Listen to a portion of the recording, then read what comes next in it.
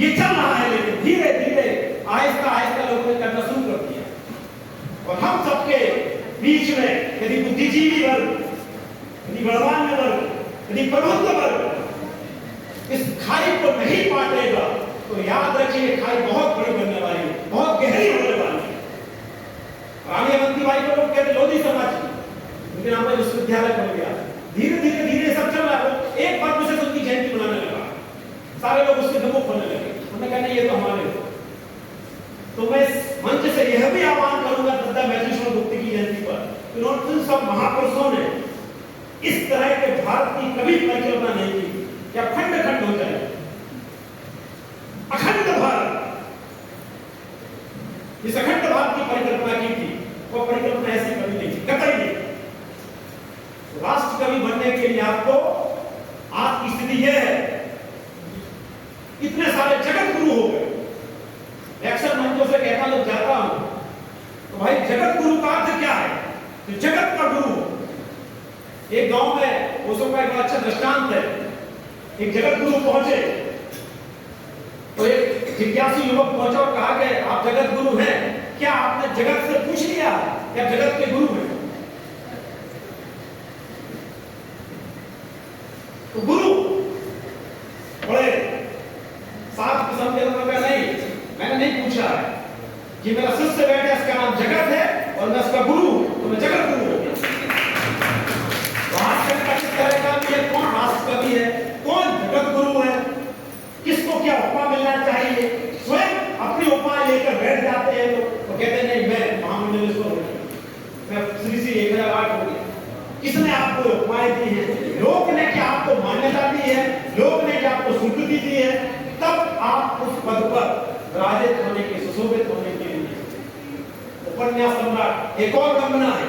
आजकल रचनाओं को जो समीक्षक होते हैं, मैं दत्ता जी को समझ करते ये भी कहूंगा, रचना को कालजयी कह दिया जाता है।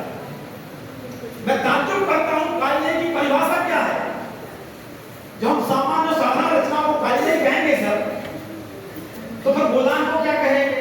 पंचवटी सागर को क्या कहेंगे? कामायनी के जब जयशंकर प्रसाद की कामायनी को क्या कहेंगे? तो हम जो शब्द है वो कहीं भी उंगली से जा रहे हैं, किसी को प्रसन्न करने के लिए, किसी को खुश करने के लिए। ये एक अलग किस्म का समाज में रस दिया। कोई हमारे लिखने से, कोई हमारे बोलने से आहत न हो, प्रसन्न हो जाए सब, आनंद हो जाए सबके। ऐसा लेखन, ऐसा बोलना, ये मिठास भरा लिखना, मिठास भरा बोलना, ये कहीं ना कहीं समाज में डायबिटीज पैदा करे, शुगर पैदा करे, कई तरह की बीमारियों को जन्म देने वाला है। जहां जो आपको दिखता है उसको निर्भीकता के साथ, इसका यह भी अर्थ नहीं है कि हर जगह हम दोगुनी देखते चले, हर सिस्टम में हम कमियां बुराइयां ही ढूंढते चले। जहां जो अच्छा हो रहा है उसको उसी ताकत के साथ अच्छा भी कहना है, जहां जो बुरा और अनुचित दिख रहा है उसको उसी ताकत के साथ बुरा भी कहना है। यही एक सच्चे भारतीय का धर्म है, यही एक रचनाकार का धर्म है, यही एक सच्चे युवा का भी धर्म है। वो सब धर्म आपके अंदर होना चाहिए, तभी ये देश का लोकतंत्र मजबूत होगा, देश मजबूत होगा और ठीक ढंग से वैश्विक पटल पर भारत का नाम भी रोशन होगा। आज बड़ा अच्छा सहयोग है। मैंने सोचा था 2-5 मिनट मैडम के ऊपर बोलूंगा, इसलिए नहीं बोलूंगा कि मैडम से मेरी आत्मीयता है, इसलिए बोलूंगा कि मैडम में 2-3 जो चीजें हैं, सकारात्मक चीजें मैं देखता हूं, खूब सारी ऊर्जा है। इस समय वो संस्थान की मुखिया बन गई, तो मुखिया का कर्तव्य होता है, मुखिया मुझको चाहिए खान पान को एक और पालक पोषण सकल अंग तुलसी सहज भरे। ये गोस्वामी तुलसीदास जी ने परिभाषा दी। यदि ये महाविद्यालय, तो महाविद्यालय की परिभाषा भी अलग है। विद्यालय और महाविद्यालय जो होते हैं उनकी परिभाषा बिल्कुल अलग है, हमने उनको अलग ढंग से बनाते हैं। विद्यालय मतलब जहां तमाम तरह की, तमाम किस्म की विद्याओं से आपको अलंकृत किया जाए, विद्याएं दी जाए। आजकल व्यवस्था में विद्याएं दी जाती है, शिक्षा अलग चीज है, विद्याएं अलग चीज है। उन विद्याओं के माध्यम से आप अपने जीवनोपार्जन की व्यवस्था कर सकते, वो विद्याएं होती है। आज दुर्भाग्य है कि विद्यालय, महाविद्यालय और विश्वविद्यालय विद्याओं देना बंद कर दिया। जो गुरुकुल में ऋषि देते थे विद्या, आपको जरूर विद्या देते, मतलब हर जीवन में कौन है उनका विद्यार्थी? वो विद्याएं हमने खत्म कर दी और हमारा जो पाठ्यक्रम है वही अंतिम सत्य हो गया और डिग्री उसका वरदान हो गया। उसके आगे हम सोचना समझना बंद कर दिया। तो जड़ किस्म के विद्यार्थी पैदा हो रहे हैं, 15 साल पढ़ लेते हैं, 20 साल पढ़ लेते हैं, उसके बाद 8,000 रुपए की नौकरी के लिए, 6,000 रुपए की नौकरी के लिए अलग अलग जगहों पर चक्कर काटते हैं। ये समझ में तो हम रचनाकार बने।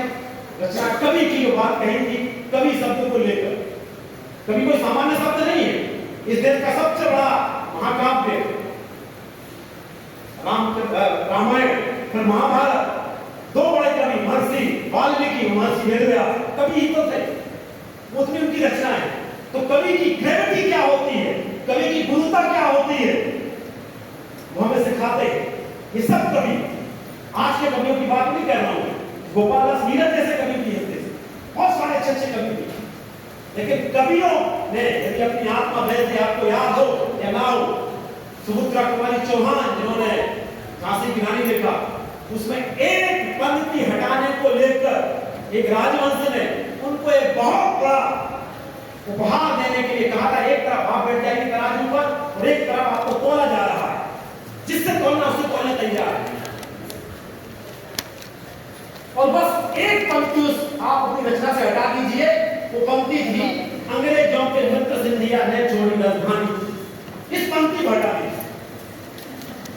लेकिन सुभद्रा कुमारी चौहान ने यदि वो पंक्ति हटा दी होती तो क्या सुभद्रा कुमारी चौहान को मध्यम से कभी किस्मों करते, याद करते? शायद नहीं। तो ये सारी बातें हमारी चेतना को झकझोरती है कि हमारे अतीत में जो रचनाकार हुए, साहित्यकार हुए हैं, उन सब ने किस तरह से इस भारत की अस्मिता को गौरव के साथ कभी कोई खिलवाड़ नहीं हुई, कभी कोई समझौता नहीं किया। जब रचनाकार समझौता करने लगता है तो देश के प्राण जो लहरा रहे थे वो कंपित हो जाते हैं। रचनाकार को समझौता करने का अधिकार नहीं। इस बात को ध्यान रखना चाहिए। जब आज भी इतने वर्ष, दशकों बाद यदि हम दत्ता की कविताओं का स्मरण करते हैं तो ऐसा लगता है कि पहली बारिश में एक सोंधी महक आ रही थी माटी से। उतनी खूबसूरत शब्दावली, वो रचनाएं, वो कहां से शब्द विन्यास आता होगा? कल्पना कीजिए, क्या अध्ययन है, क्या चेतना है, क्या ज्ञान है, क्या मेधा है। और हमारी मेधा कहां चली गई? उस भारत के प्राणों को फिर से जगाने आया। हे भारत के प्राणों को मैं तुम्हें जगाने आया। बार बार ये कहा जाता है कि हमारे प्राण सुप्त अवस्था में, इनको जागरण करने का काम है। आप इनको पढ़िए, वो केवल आज ही नहीं पढ़िए, बार बार पढ़िए, पढ़िए भी और उनको जीवन में बुनिए। क्योंकि जीवन का सबसे कठिन काम जानते हैं क्या है?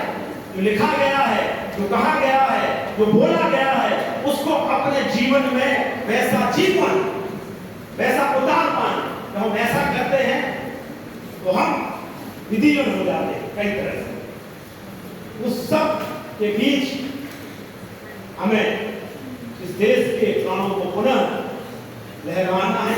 तो विद्यार्थी और शिक्षक यदि चाहे